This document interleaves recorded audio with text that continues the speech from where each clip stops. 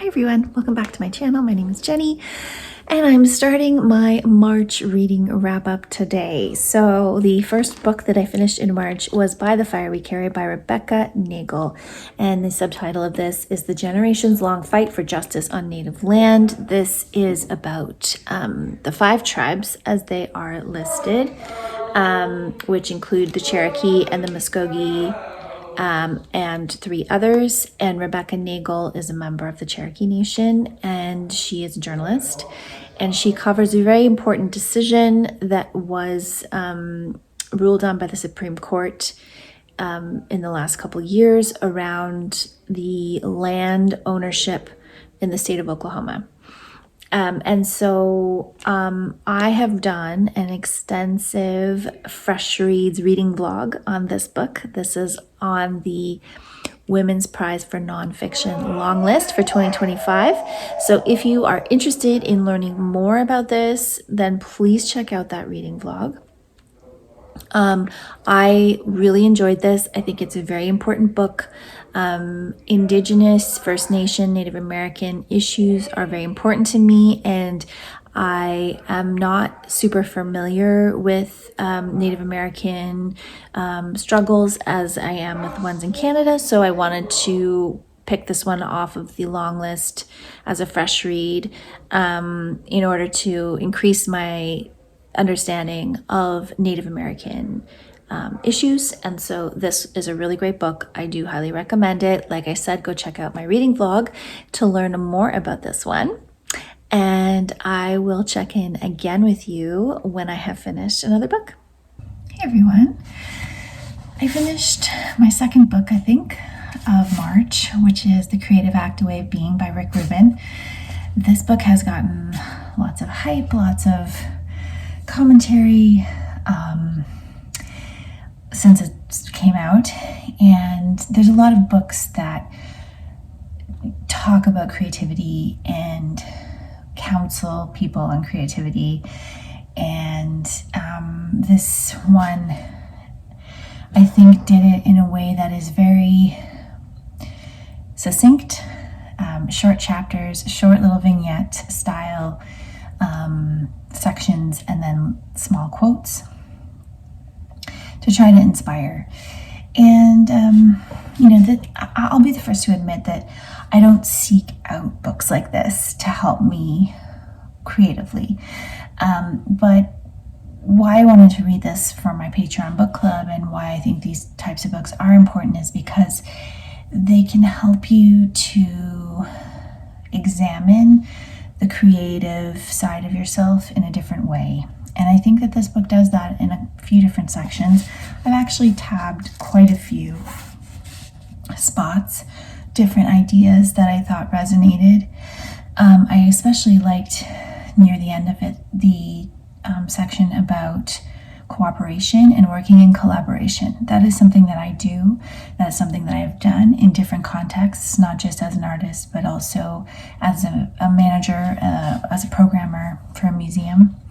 And so I think that the essence of what he talks about in here and his ideas around collaboration were actually super, super helpful.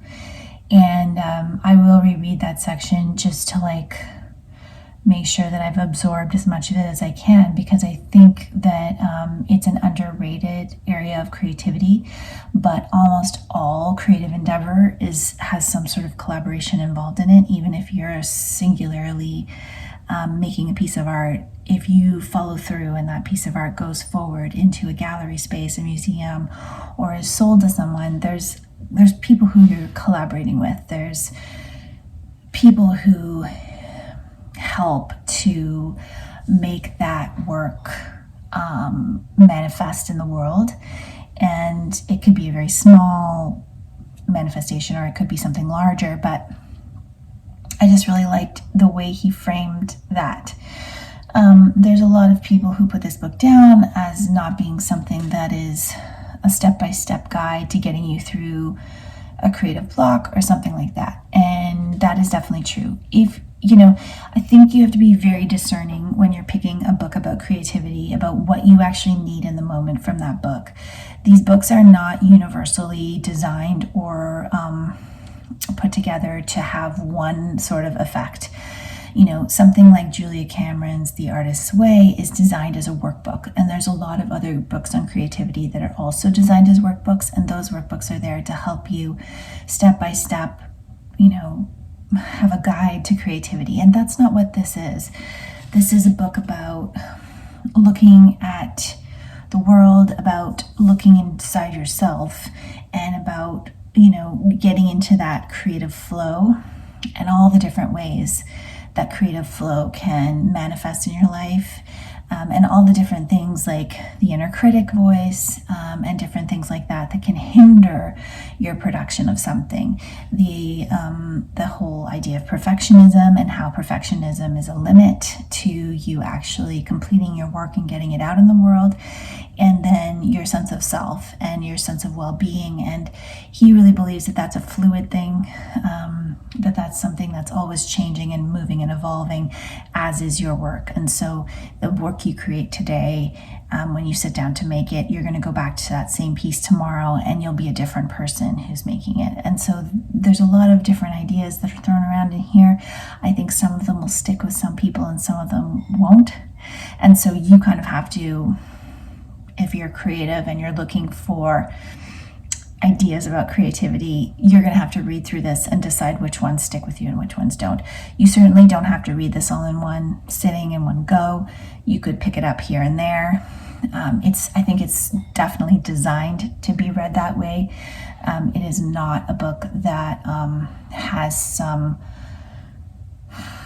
to me, it doesn't have some big overarching impact on me. I know I have friends who think this is the best book on creativity they've ever read, and then I know there's lots of other people who think it's not as good as others. Again, it's very subjective, these types of books, so I think you have to check it out for yourself. As a book, as an object, I think it's really well made. It's very lovely. It was really nice to read. It reads really fast. The font is fairly large, and like I said, the chapters are quick. So you can pick it up and put it down. You can get through it fairly quickly if you want to in one sitting. And you can go back and look at it when you need to and kind of reassess and reevaluate the things that you've read when you need them in a moment. So I do think that there is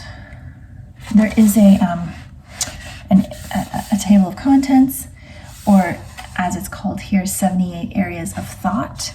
And so if you needed to go find a section because you were like thinking about a really specific topic around creativity, you could find it very easily. I didn't agree with everything in this book. I think that one of the things that I found problematic for me was this one very specific section, 359, the art habit. And it was a specific word that he used, which is a Buddhist word, but he doesn't say it's a Buddhist word. So the art habit, and then Sangha, as I guess how you would pronounce this word. So when I saw the word, I was like, that's not an English word, but it's not given any explanation in the text. So he's talking about creative groups. He says, creativity is contagious. When we spend time with other artistic people, we absorb and exchange a way of thinking, a way of looking at the world. This group can be called a Sangha. Each person in this relationship begins seeing with a different imaginative eye. So what I find problematic about that is that he might be Buddhist, I don't know, but he is not from ancestrally a Buddhist tradition. And so he's just taking a word from a different culture, using it in his text and not explaining it. And I think that's problematic. I think that you need to cite the word and say, this is a Buddhist word. It means community, etc. He didn't do that. I didn't like that. You can't just grab words from other cultures and throw them in your books and then not give an explanation to them. Yes, it was easy for me to look up the meaning of the word, but if someone didn't do that themselves and they thought that he had created this word, or this was just like, a word that everybody knows what it is, and you need to give the context for those things. And so while I think the briefness of the text at times was very refreshing and easy to read, it's also at times important to make sure that the context of the work that you're sharing, the words that you're sharing, are properly cited and properly attributed, so that you're not just grabbing whatever you think is useful from another culture and putting it in a book. He may be Buddhist. I still don't think that gives him the right to use the word without citing the culture from which it comes. So that was one issue I had. There's one other kind of section that people have criticized in here, and this is about his appendix, and how he had been. So this is the thing. The way he told the story was not complete, I think. If your appendix bursts, you have to remove it or the toxins will kill you. He said his appendix was bursting, and he went into a store and opened a book, and the book said something that made him question whether or not his appendix needed to be removed, and he decided not to do it. Okay, so here's the thing. If your appendix in fact does burst, you have to have it removed. You can't leave those toxins in your body. His appendix was most likely on the verge of bursting. He took antibiotics, and those antibiotics cleared it up, and he kept his appendix. So I know someone who's that has happened to.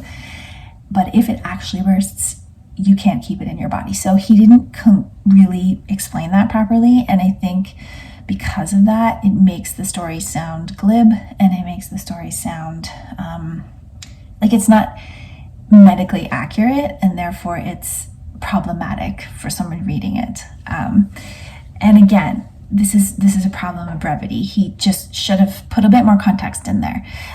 So those are my two comments about the book. Otherwise, I think it has a lot of value. It is very interestingly written. And if you're into reading books about creativity, this is definitely one that you should check out. Okay, so that is my thoughts on The Creative Act by Rubin. And I will be back again to share about another book. And I'll also be sharing the next book that my Patreon book club will be reading. And it's going to be another kind of how-to artist book. So if you're interested in reading along with people with these types of books, then check out my Patreon book club. Okay, I'll check in again when I finish another book. Hey everybody, so I finished another book. I finished A Map to the Door of No Return, Notes on Belonging by Dionne Brand. So I really enjoyed this. This has so much in it that it's kind of hard to review it really, but it is a book that gathers together a lot of disparate or a lot of thoughts around the idea of belonging, around the diaspora for people of African descent. And I really enjoy these types of texts because I found some really beautiful quotes in here. I really enjoyed Dionne Brand's musings on what it is to be Canadian, which was exactly what I was looking for, some more perspectives on being Canadian. She also talks about being of Caribbean descent. She talks about like small little vignettes and stories around observing the effects of colonialism. She describes being part of a military invasion that happened on a small island. So there's a lot in here. I think it's really wonderfully written. I really like Dionne Brand's writing, and I will definitely be reading more of her work. She does have novels as well as a whole bunch of other types of texts, so I'll be exploring more of her work in the future. And really enjoyed this. So I will check in again with you when I have finished another book. Hi everyone. So I finished another book last night, or yesterday evening, I guess. and I wanted to wrap it up with you. So I finished Memory Peace by Lisa Ko, and I listened to this on audio. I wasn't a huge fan of the narrator. It's so interesting to me. I can't even really articulate what I didn't like about the narration. It was maybe just the delivery of the words a little bit too staccato at times, a little bit too breathy at times. I think that's pretty nitpicky. I mean, obviously I was able to listen to the whole book, so it wasn't annoying enough that I felt like I needed to stop listening to it, but I just overall wasn't a huge fan of the delivery of the narration. Okay, so this book I think is hard to talk about because it's quite complex in a lot of ways in how it was laid out, but I'm going to do my best. So we have three Asian American characters.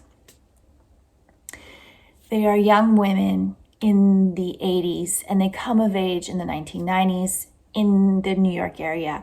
So some of them living in New Jersey, some of them living in Manhattan, but in the New York area. And you really get a really strong sense of the culture that they're involved in. They actually meet at Chinese school. And so they all are kind of mixed Asian heritage, but they all have some sort of Chinese ancestry, which is why they're at Chinese school. And they kind of form this bond based on their feeling of being outsiders in their communities. So they aren't going to, they all know that they're not going to become typical Asian American women who pursue the goals that their parents put on them or go off in the world. So the way the narrative is separated, you start off with Giselle, and Giselle is a budding performance contemporary artist, and she's not really learning or wanting to be part of the conventional art world. She just wants to make art and live her art. And so that first section of the book is really, really strong. It's really interesting. I think for me, being an artist, I was pretty into that section. I don't know if you aren't an artist, how much you would take out of it, because she isn't making paintings here. She is doing some like zine work, like Xerox copying and things like that. And I think if you didn't grow up in the 80s or 90s and you're not familiar with that culture that was happening at that time, I do think it's a really nice documentation of that. So that's your first part of the book. So you're learning it from Giselle's perspective. So it's first person perspective, I believe, in that section. But you're hearing about Ellen and you're hearing about Jackie. Ellen and Jackie are the other two friends in this trio. And you get all of Giselle's impressions. So then we move to Jackie's section of the book. And Jackie is a budding .com creative. So she's a coder. She knows about computers. Her dad was into computers, and she's coming of age at a time when the .com world is very budding, and there's all this amazing stuff happening, and the internet is coming into existence, and all the kind of optimism that exists around the internet happening is in this section. And you get all of Jackie's impressions of Giselle and Ellen and their connection, the three of them. So it's interesting. I like those types of narratives where as you proceed through the book, you get to understand what everyone was thinking in different scenarios. You don't go back and relive every single scene from each section, but you get a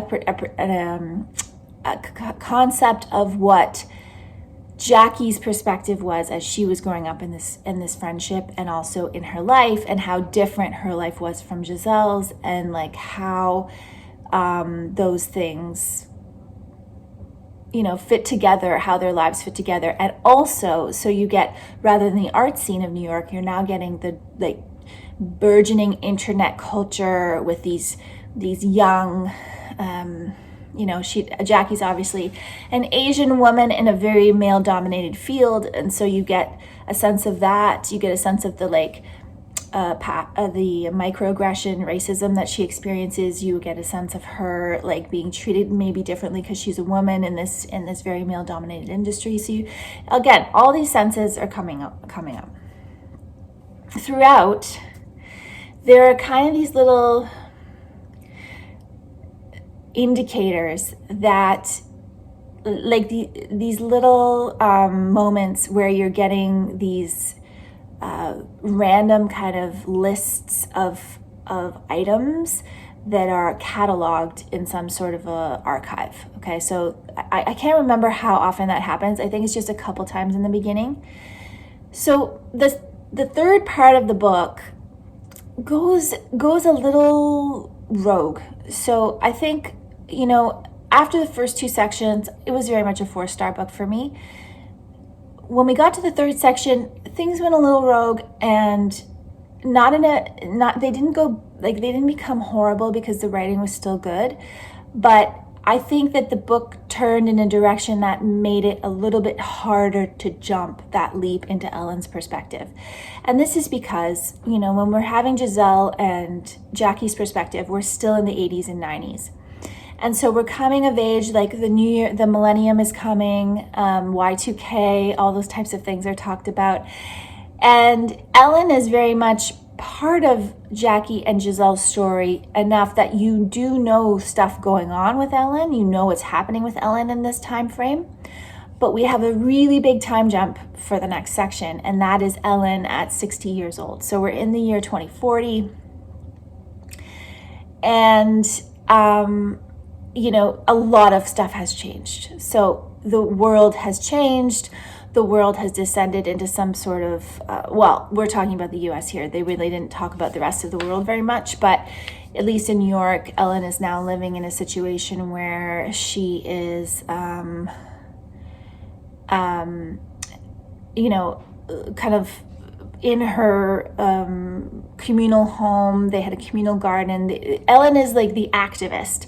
So Ellen represents the activism happening in New York in this time frame, the people who are trying to build community, the people who are trying to be anti-establishment type of thing.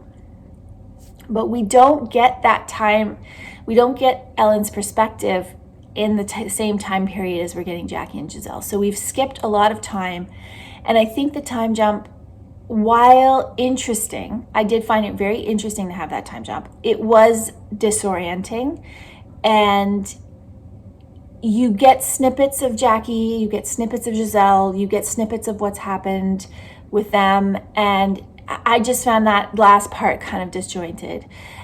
It was also, to be honest, harder to listen to because it felt so plausible. And I think that is a testament to how well that Lisa co-wrote this book, that she could imagine a future scenario in New York City that was dystopian, but it wasn't so dystopian that it felt unrealistic. It felt very, very plausible. The world is, it's reduced down to kind of sort of a military state.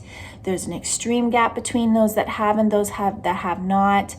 Those that have not are surveilled through their devices. They are controlled. They have to go through checkpoints. They have to have reasons for going between different places. And then the rich people are kind of continuously gentrifying and taking over other areas and pushing poor people further and further away and disenfranchising them more and more.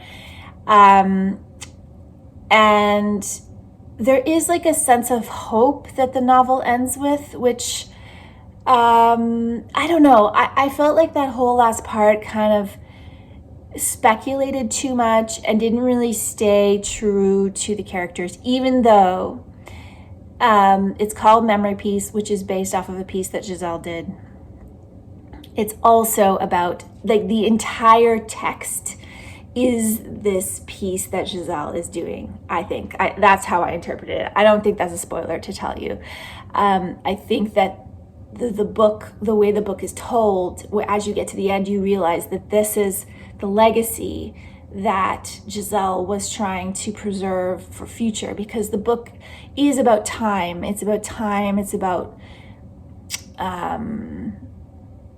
the nature of time and memory, the nature of like what we carry forward, what we leave, the idea of ancestry, legacy, passing down. All these things are kind of abstract thoughts that are part of the text. So yeah, that was Memory Piece. I make it a point to read novels about artists. I think this one is good, but I do feel like it went on a bit longer than I think was necessary. I think we could have had less explanation of things that were happening with Giselle and Jackie once we were in Ellen's section. I know she was throwing those in there because she wanted to make sure we were satisfied with the resolution, but I think sometimes you're pandering too much to the reader. It's okay to let the reader make their own conclusions about the end of a character, about what the character's now doing. I don't think you need to tell them too much. So yeah, so that is my impression of Memory Piece by Lisa Coe. And I will be back and share more with you when I have finished another book. Hey y'all. So I finished The Bones of Grace by Tahmima Anam. And this book is the third book in her Bangladesh series. So I purchased this a while ago, and I had also purchased A Golden Age and The Good Muslim, which are the first two books in the series. Because I loved them so much, so they were 5 stars for me. The Bones of Grace was a really different story. It was told differently, and the narrative developed differently, different time period, and it had an overall different effect. I would say that if you wanted to read this book as a standalone, you could. I don't think you have to read these two to have read this one, because it's a very, like I said, it's a very different type of story. So we're following Zubaida,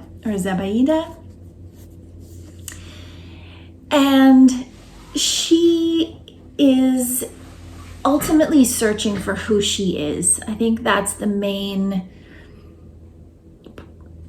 part of the story. The main message of the story is that she's searching for who she is. While she's doing this, she hurts some people. And so I wouldn't call her a sympathetic main character. In a lot of ways, she makes mistakes, and you're not really on her side necessarily, or you feel the pain she's inflicting on those around her. So Zubaida was adopted, and she's told this when she's about 8 or 9 years old, and then it's never brought up again in her family.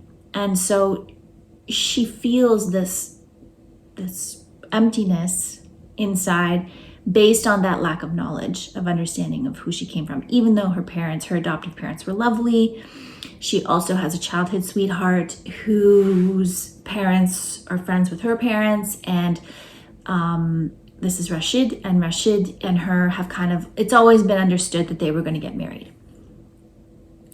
So the story opens with Zubaida being in Cambridge in Massachusetts, where she is a paleontologist. And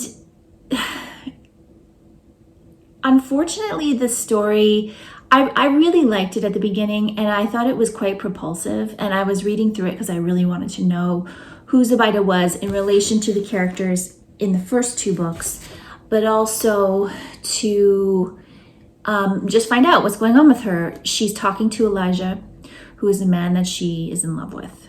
And so the narrative is told as if she is writing Elijah this very long letter about their history together, but also about her history. There's also another story about a man named Anwar. You learn a lot about the culture and the caste system of Bangladesh. You don't learn very much about Bangladesh history necessarily. If you wanted to learn more about that, these two books would be where you would go for that. The first two books were 5-star for me. This was not a 5-star. And the reason I didn't give it 5 stars was because I felt like Tahmima Anam was trying to do too much in this story. And it got too convoluted. And Zubaida, like I said, she wasn't a sympathetic main character. I don't need somebody to be a sympathetic main character to give a book 5 stars, but she unapologetically looks at her life in here, and she's very, self-aware of who she's hurting and what she's doing. So even though she was very confessional about that in the story, it didn't make me feel sympathetic towards her necessarily, even though there's a very twisted origin story that she has. And so, you learn about the ship dismantling industry, which happens in Bangladesh, which of course I didn't know anything about. This is where they bring these huge ships that are being decommissioned, that are no longer being used. They beach them essentially, and then a whole bunch of workers will take them apart. So they'll take all of the things out and sell them. They will dismantle the steel for scrap. They'll do all that work, and a lot of that work is done under very dangerous conditions. So these men are risking their lives. A lot of them die. They're not getting paid very much money. They're living in very bad conditions because they're coming from even poorer regions of Bangladesh where they really need money. So you learn a lot about the culture around that. You learn a lot about like the desperation and the kind of promises that people say. So they'll say things like, oh, come to Dubai and build and you'll make all this money and you'll save your family. And then they go there and then they actually experience a lot of deprivation as well, a lot of abuse. They're not treated well as workers, like things like that. This is all in here. It's a lot. The paleontology part is actually a very small part. I felt like that could have been its own novel that stayed in the whole paleontology part. It didn't. You're through the paleontology quite quickly. The love story, I think probably the reason that I didn't love this book as much as I did the others is because the love story is a bit too much for me. She does a lot of things. She abandons people. She treats people poorly, all in the name of this being the first time she's in love. But I just felt like, that's not a good enough excuse for your behavior. So overall, it was quite a long book as well. 407 pages. And the other two books were much more concise. They really did a great job of honing in on a very specific time. And because this one was jumping around a bit in timelines, she's telling the story as a narrative, so you always know that where you are in the story. It's not confusing about where you are, but you do feel this sense of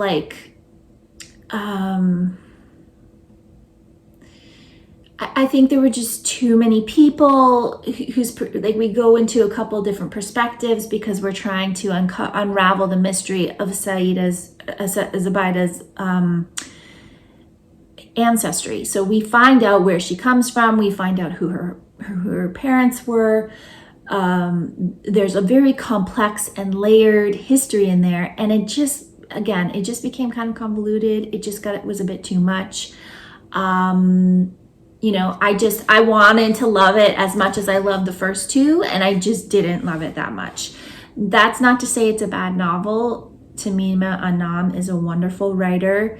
I think if you enjoy kind of unrequited love stories or love stories with a lot of complex social issues woven into the story, then I think you might really like this. And again, I don't think you need to read the first 2 books, because I think having read the first 2 books, I had a certain set of expectations for how this book would go. And the characters from these 2 books play, I would say, fairly minor roles in this story. So you get to see them, you get to hear about them, but they're not the focus. And so they just feel like they're on the periphery of what's really happening. So it doesn't feel like there's not a huge connection. Yeah, I would say these 2 as a duology, and then you can read this one separately completely. Like, I don't even think they should be considered a trilogy. I just don't think that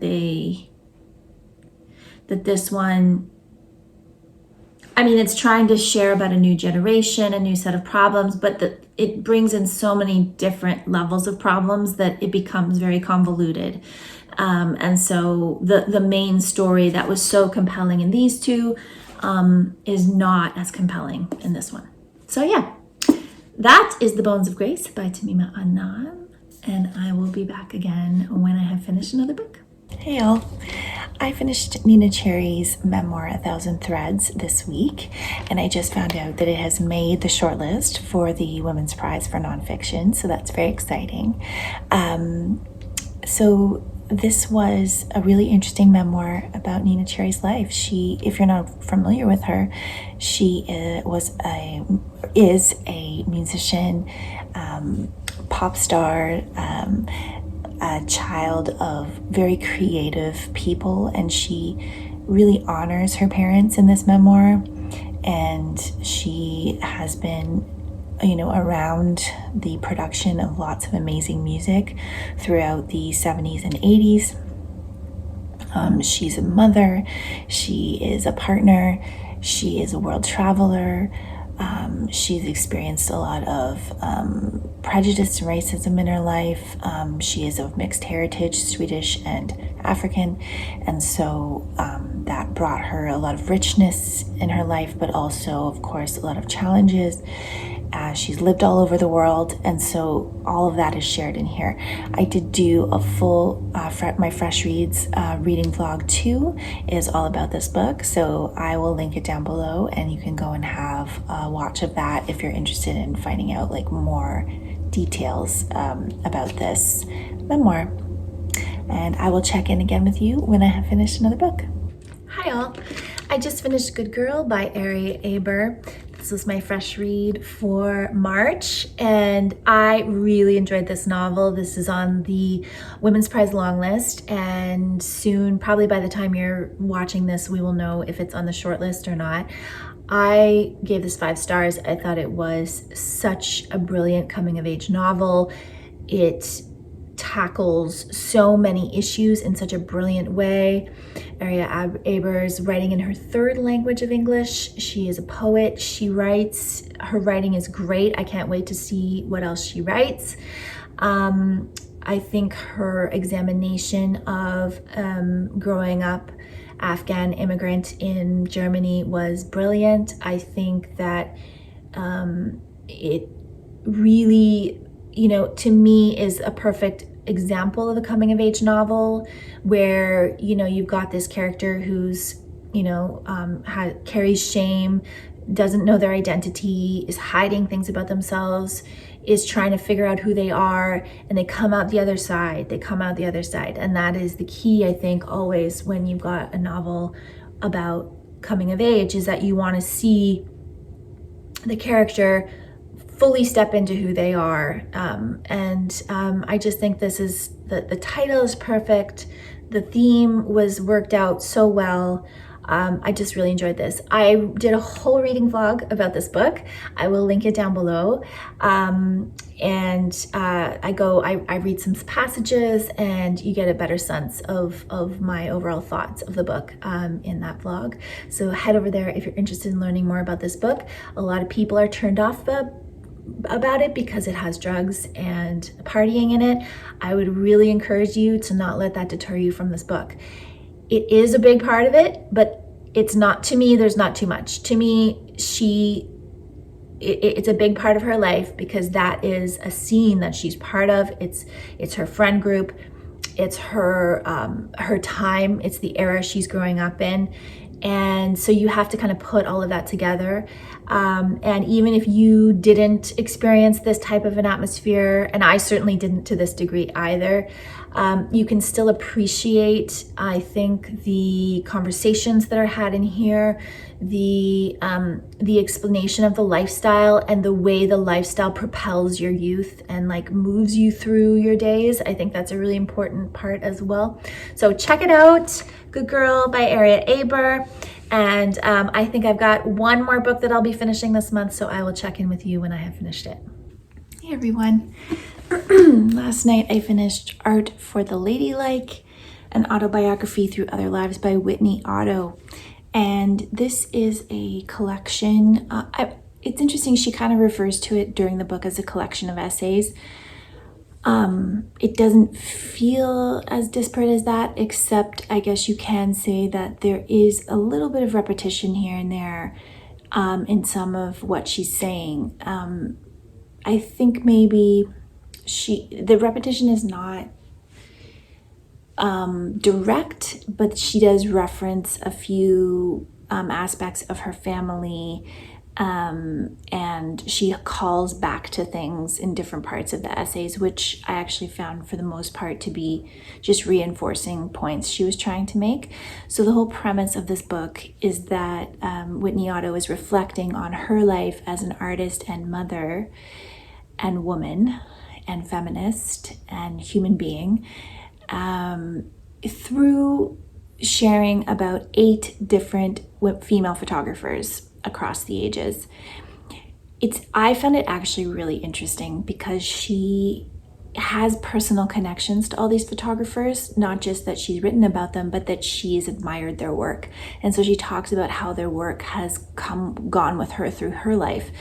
And I found for an autobiography to have these references I thought it was really interesting, and I thought it was actually a very current thing, like a kind of millennial, if you will, way of reflecting on self, because Whitney Otto is not a millennial. She came of age in the 1970s, and so she very much identifies herself through the things she likes, and I think that's kind of a newer trend of selfhood.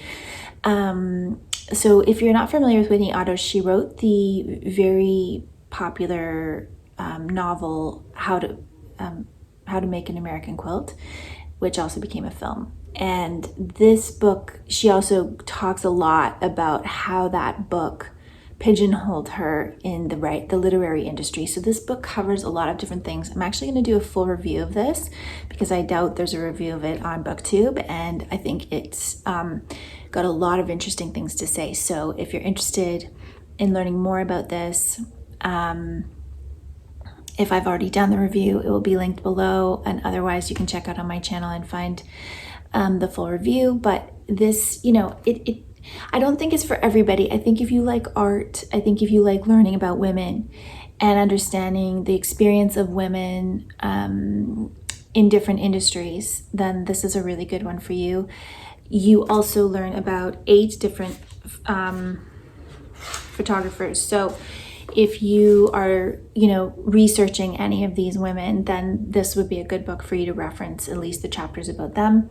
So you have Sally Mann, Imogene Cunningham, Judy Dater, Ruth Orkin, Tina Modotti, Lee Miller, Madame Yvonne, and Greta Stern. She also references lots of other artists in here, tons and tons, because she's relating the art back to the photographers, and a lot of these photographers had relationships with other artists, such as Lee Miller with Man Ray.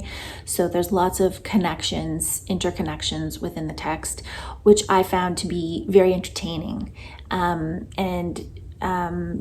So I think this is a really unique book. I think that this approach is one that is a very entertaining way to share about yourself, but also relate yourself to other people in a context, kind of a historical context of your own life, which I think was very clever, and I enjoyed this. So that is my reading for March.